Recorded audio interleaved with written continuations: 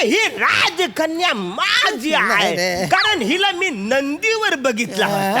नाही नाही, ए राजपुत्रा, ही राजकन्या माझ्या महालातून गेलीये, त्यामुळे हिचे पाय माझ्या महालाला लागलेले आहेत, तेव्हा ही राजकन्या माझी आहे. हरकत नाही, तिचे पाय तुम्ही कापून घ्या, बाकी राजकन्या माझी आहे.